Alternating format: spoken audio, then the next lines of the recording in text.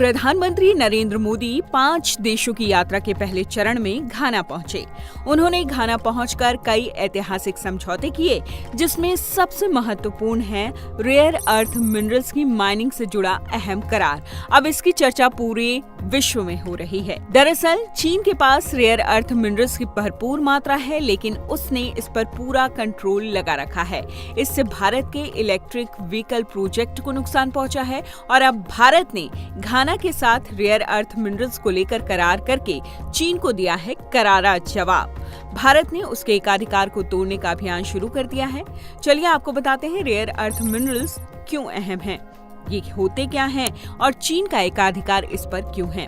सबसे पहले जानिए कि रेयर अर्थ मिनरल्स होते क्या हैं। जिन खनिजों में प्रमुख धातु घटकों के रूप में दुर्लभ मृदा यानी रेयर अर्थ एलिमेंट की मौजूदगी होती है, उन्हें दुर्लभ मृदा खनिज कहा जाता है।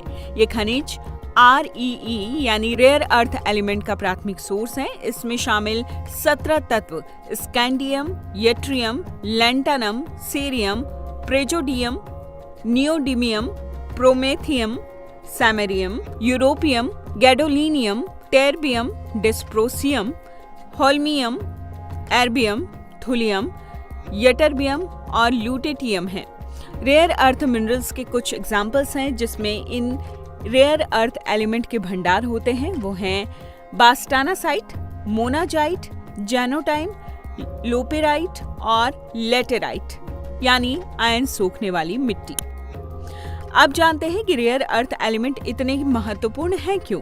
दरअसल REE हर उस चीज में मौजूद होती है जो आम जीवन में हमारे लिए मायने रखती है। स्मार्टफोन और कंप्यूटर से लेकर MRI मशीन, इलेक्ट्रिक व्हीकल तक में इसका इस्तेमाल होता है। चुंबक से लेकर डिस्प्ले स्क्रीन तक आपका अधिकांश स्मार्टफोन रेयर अर्थ एलिमेंट से बना है।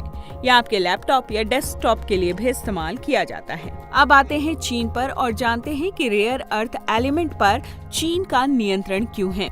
अंतर्राष्ट्रीय ऊर्जा एजेंसी के मुताबिक चीन वर्तमान में वैश्विक स्तर पर खनन किए गए सभी दुर्लभ पृथ्वी खनिजों का 61% और खनन किए गए रेयर अर्थ एलिमेंट का 70% उत्पादन करता है, जबकि रिफाइंड रेयर अर्थ एलिमेंट उत्पादन का 92% हिस्सा चीन का है। इस तरह से चीन ने इस पर एकाधिकार जमाया हुआ है और वक्त वक्त पर वो इसे लेकर बाकी देशों को डोमिनेट करता रहता है।